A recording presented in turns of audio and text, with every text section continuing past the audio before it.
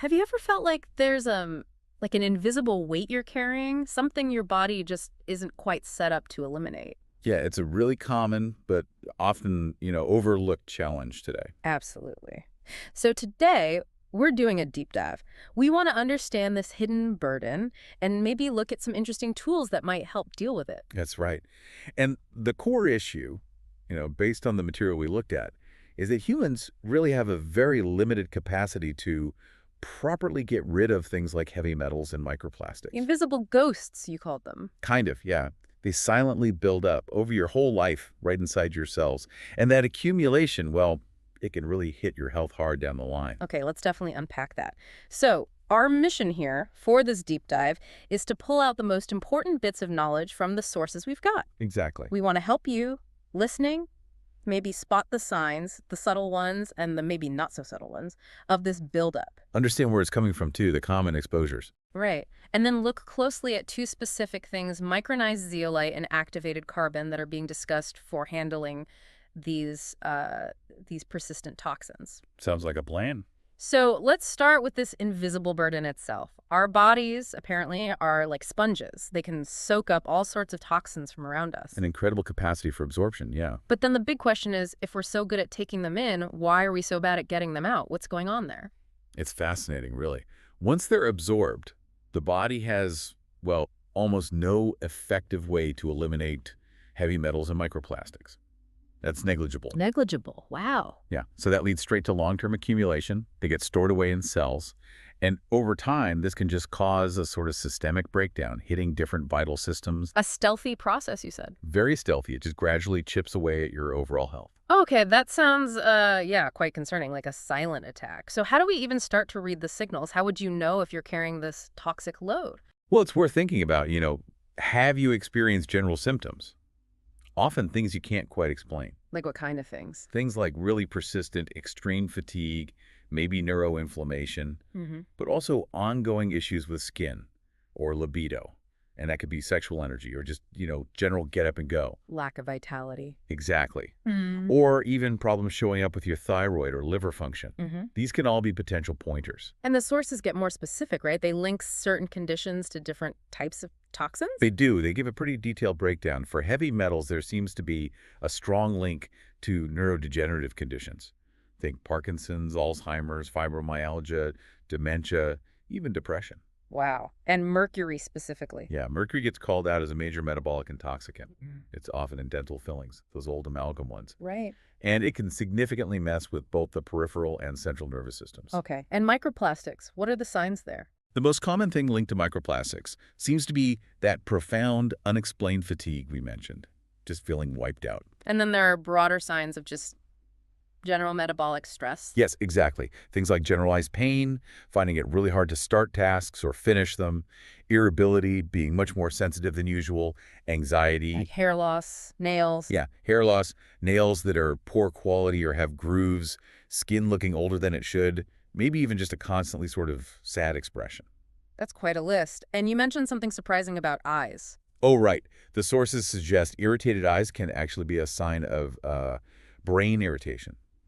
Neuroinflammation. Interesting connection. And gut health, does that play in? Big time. Toxin accumulation is strongly linked to gut issues, things like Candida overgrowth, parasites, dysbiosis, which then cause all sorts of digestive problems. And this all comes back to energy, right? At the cellular level. Absolutely. It fundamentally ties back to mitochondrial energy. The mitochondria, the powerhouses in every cell, they get depleted. They're working overtime, trying to deal with this constant onslaught of microplastics and heavy metals. Okay, so these toxins are everywhere, potentially causing all these issues. Let's trace them back. Where do they actually come from in our daily lives? Yeah, thinking about your personal history here can be really useful. Like where you've lived or worked? Exactly. The sources break down several routes. Environmentally, it could be living near areas, using lots of agrochemicals, pesticides, fertilizers, or even just having dampness or mold in your home. Okay. Then there's occupational exposure, working with chemicals, cleaning products, textiles, metalworking. You can inhale that stuff or absorb it through your skin, eyes, hands. Makes sense. And personal stuff, like those fillings. Definitely. Dental amalgams are highlighted because of the heavy metals, especially mercury. It's a significant direct exposure for many people. And diet, you mentioned that earlier. Oh yeah, diet's huge. The sources talk about the modernization of poo nutrition. Basically, ultra-processed refined foods are cheap and fast. Driven by cost and convenience. Right. But there's another layer too. Even if you eat real food, the sources argue it might be less nutritious than it used to be. How so? Because intensive farming practices have kind of stripped the soils. They're depleted of key nutrients, trace minerals, oligo elements, they call them. So even healthy food might be lacking. It might be starting from a deficit, yeah. The very foundation could be undernourished. That's sobering. Now, you also mentioned these toxins don't just float around randomly. They have preferences. That's right. Affinities for certain tissues. Heavy metals, for example, really seem drawn to the neuroendocrine system and the hormonal system. Which controls so much. Exactly. Mood, energy, metabolism, reproduction. And microplastics, they also affect the neuroendocrine system, but their main hit seems to be the neurocognitive system. So thinking, memory, focus. Precisely. And this specificity helps explain why we might see different symptoms depending on the primary type of toxin accumulated. Okay, this is where it gets really practical. Let's talk about the detox duo the sources focus on. First up, micronized zeolite.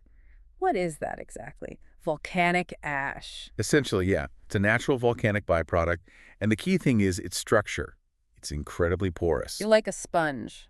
Or not quite. More like sticky paper than a sponge. Its main function is adsorption.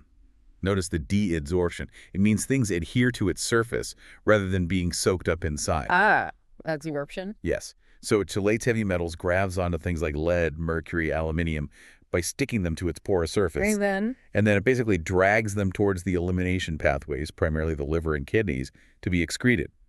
The sources describe it as quite a gentle process compared to some other methods. Okay, so zeolite is like this porous dragger for heavy metals. What about activated carbon? That comes from coconut husks or wood? Right.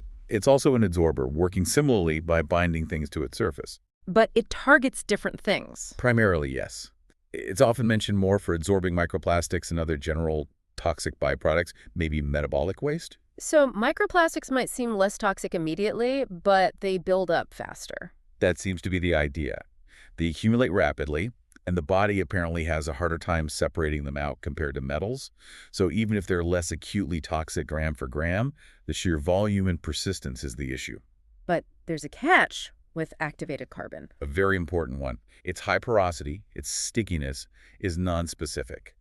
It doesn't just grab toxins. What else does it grab? It can also grab onto essential minerals and trace elements, the oligo elements we mentioned earlier, things you actually need. Ah, so using it could lead to deficiencies. Potentially, yes.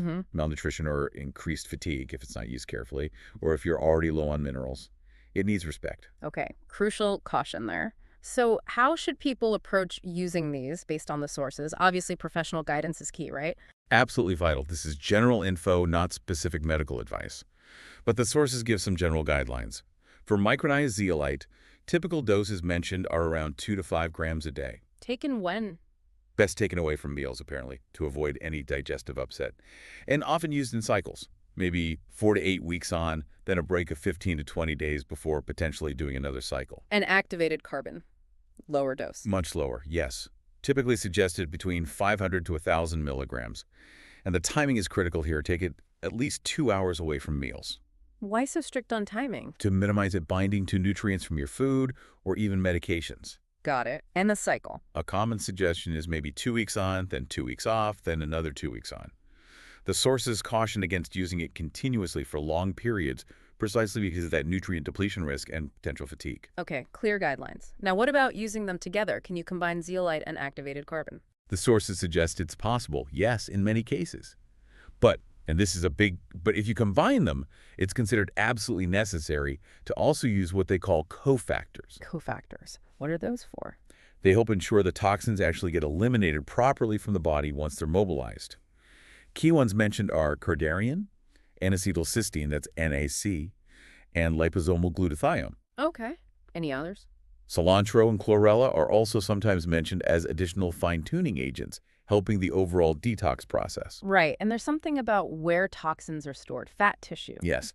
Toxins often get stored in adipose tissue, which is body fat, and also within specific cells. When your body starts using that fat for energy, or during a detox, these stored toxins can get released back into circulation. So you need to manage that release. Exactly. Post-detox support is really important. That's where things like magnesium, vitamin C is a powerful antioxidant, vitamin E, and astaxanthin come in. They help manage the oxidative stress and byproducts generated during the cleanup. Okay, so it's a multi-stage process. Bind, mobilize, support elimination, and manage the aftermath. That's a good way to put it. It requires a thoughtful approach. So thinking about you, the listener, how do you figure out if this applies to you? How do you start down this path? It really comes back to reflecting on your own potential exposure history. Like we discussed, did you work in certain industries?